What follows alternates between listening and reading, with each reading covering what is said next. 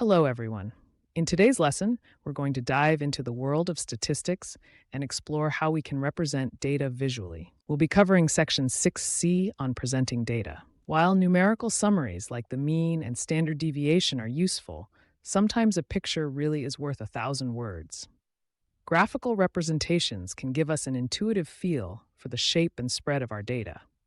Our learning objectives for today are: first, you will be able to construct and interpret histograms. Second, you'll be able to create and use cumulative frequency graphs to find key statistics like the median and quartiles. And third, you'll be able to build and analyze box and whisker diagrams, which includes identifying outliers. Let's begin with our first topic. Let's start with histograms. A histogram is a graphical display of data using bars of different heights. It's similar to a bar chart, but there's a key difference. The horizontal scale of a histogram is continuous, meaning there are no gaps between the bars. This is because it's used for data that can take any value within a range, like height or time. Bar charts, on the other hand, are used for discrete data, things you can count, like the number of pets, and they have gaps between the bars to show that the categories are separate. In a histogram, the height of each bar represents the frequency of the data in that particular group or class interval. Let's look at a worked example to see how this is done. We'll use the data from this frequency table. Here we have a frequency table. The data represented by X is grouped into 4 intervals. For the interval from 10 to 20, the frequency is 16. For 20 to 30, the frequency is 10, and so on. Now let's plot a histogram for this data. First, we draw our axes. The horizontal x-axis will represent our data values, and the vertical y-axis will represent the frequency. The first bar represents the group 10 to 20. Its width will span from 10 to 20 on the x-axis, and its height will be its frequency, which is 16. So we draw a bar from 10 to 20 up to a height of 16. The second bar is for the group 20 to 30. It will start right where the first one ended, at 20, and go to 30. Its height is 10. Notice there's no gap. We draw this bar up to a frequency of 10. Next, for the 30 to 40 group, the frequency is 18. So our third bar goes from 30 to 40 and has a height of 18. And finally, the last group, 40 to 50, has a frequency of 14. Our final bar spans from 40 to 50 with a height of 14. And there we have it. This is the histogram for our data. The width of each bar is the width of the group, and the height of each bar is the frequency of that group. It gives us a clear visual summary of the data's distribution. So to recap this section, we've learned what a histogram is and how to construct one from a frequency table, paying close attention to the continuous nature of the x-axis. Now that we can build a histogram, let's see how we can use it to estimate values. Our next topic is estimating values from a histogram. Sometimes we need to find the number of data points within a range that doesn't perfectly align with the bars. To do this, we have to make an important assumption. We must assume that the data is spread out evenly within each bar. This is called uniform distribution. This assumption allows us to take fractions of a bar's frequency. Let's try an example. For this histogram, let's estimate the number of items with X values between 15 and 35. Here's the histogram we'll use. The question asks us to estimate the number of items between X equals 15 and X equals 35. Our range, 15 to 35, cuts across 3 of our bars. We'll need to look at each part separately. First, let's look at the first bar, which covers the interval from 10 to 20. We only want the portion from 15 to 20. The interval from 15 to 20 is 5 units wide, which is exactly half of the bar's total width of 10 units. So we'll estimate that half of the frequency for this bar falls in our range. The frequency is 10, so we take half of 10, which is 5. Next, consider the second bar, which covers the interval from 20 to 30. The entire bar is within our desired range of 15 to 35, so we take its full frequency, which is 12. Finally, let's look at the third bar, which covers the interval from 30 to 40. We only need the portion from 30 to 35. This section is 5 units wide, which is half of the bar's total width of 10. The frequency for this bar is 16, So we take half of 16, which is 8. Now we just add up our estimates from each part. The total estimated number of items is 5 plus 12 plus 8, which equals 25. So we estimate there are 25 items with values between 15 and 35. To recap, we've learned how to estimate frequencies for ranges that split bars in a histogram by assuming the data is uniformly distributed within each bar. This is a very useful technique for interpreting these graphs. All right, let's move on to our next method of presenting data, cumulative frequency graphs. Cumulative means how much so far.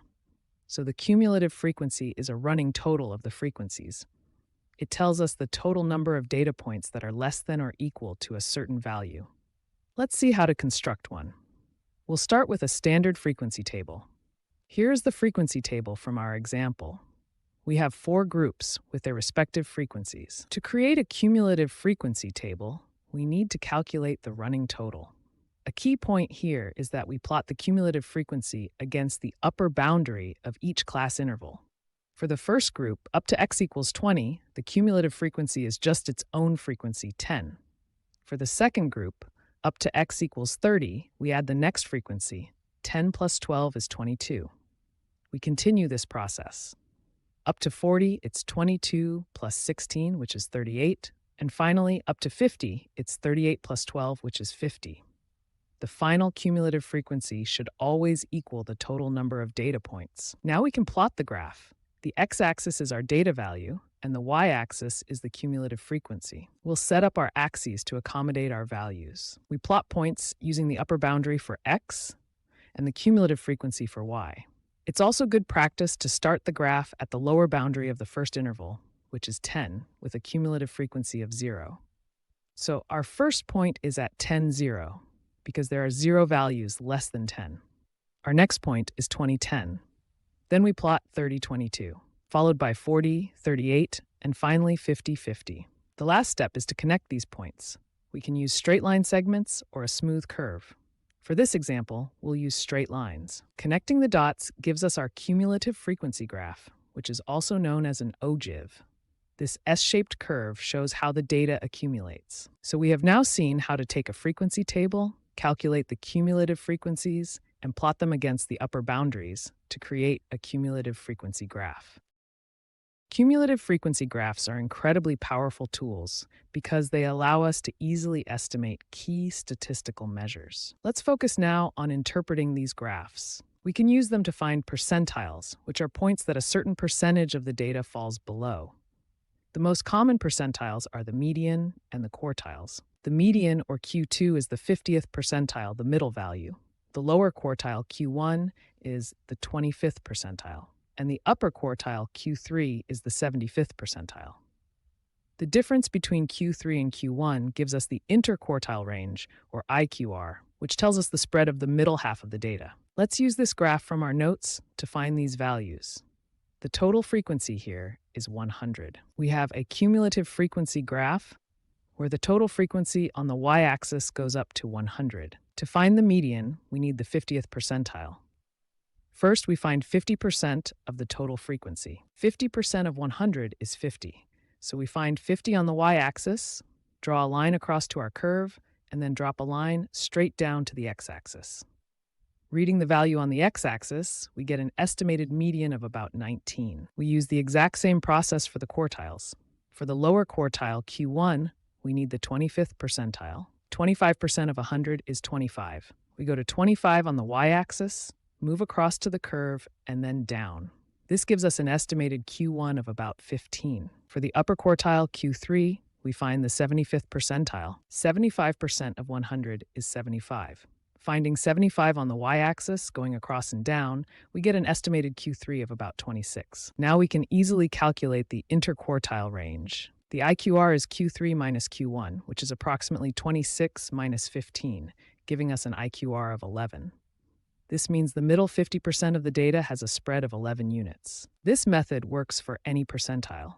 For example, to find the 90th percentile, we find 90% of 100, which is 90. We find 90 on the y-axis, go across to the curve, and down to the x-axis. This gives us an estimate of about 34. So as you can see, once you have a cumulative frequency graph, Estimating these key statistical values is a straightforward graphical process. We have now achieved our second objective.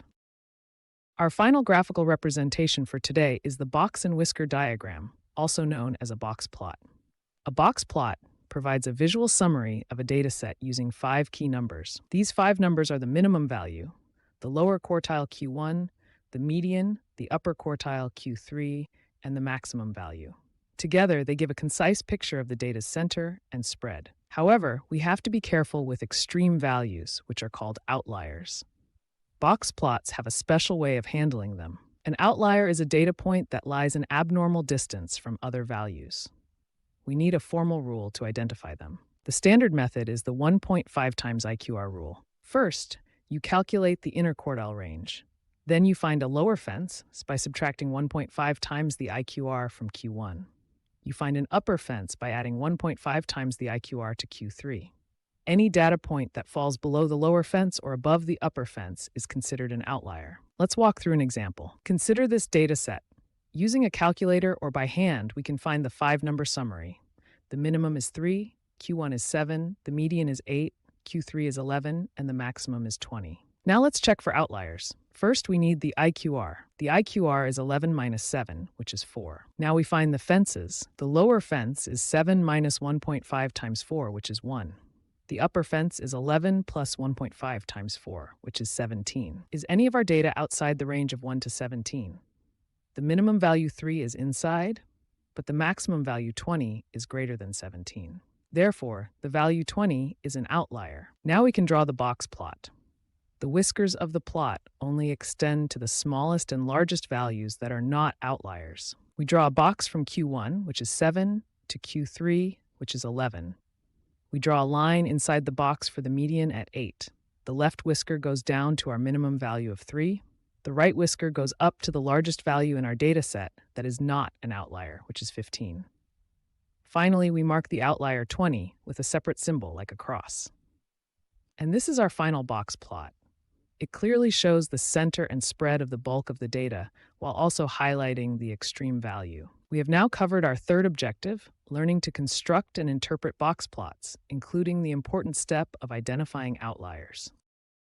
For our final topic, let's connect what we've learned about histograms and cumulative frequency graphs. We're going to look at how the shape of a histogram relates to the shape of the cumulative frequency graph for the same data. There is a fundamental relationship between these two plots. The key principle is this: the frequency in the histogram corresponds to the gradient or steepness of the cumulative frequency curve.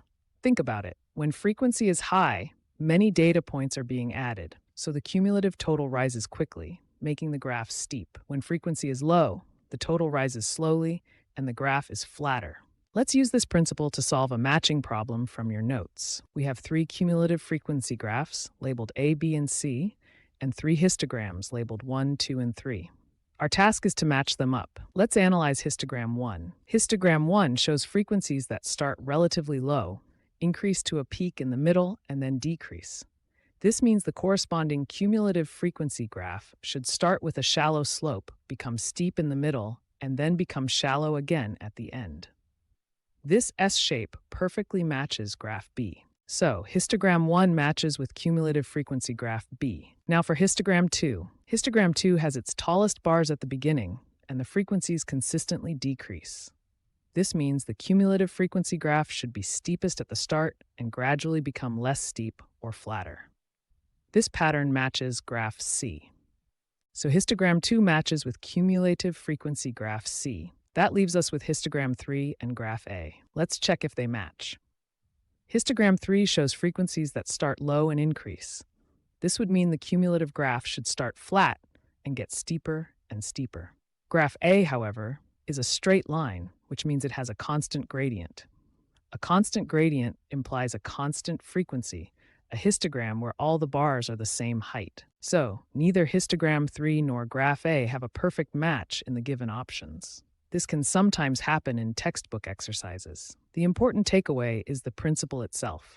To summarize the relationships, a bell-shaped histogram gives an S-shaped cumulative frequency graph. A histogram with decreasing frequency gives a curve that is steep, then flattens out. A histogram with increasing frequency gives a curve that is flat, then gets steep. And a uniform histogram with all bars the same height gives a straight line cumulative frequency graph. And that concludes our lesson on presenting data. We've covered how to create and interpret histograms, cumulative frequency graphs, and box plots, and we've seen how they all relate to one another. Excellent work today.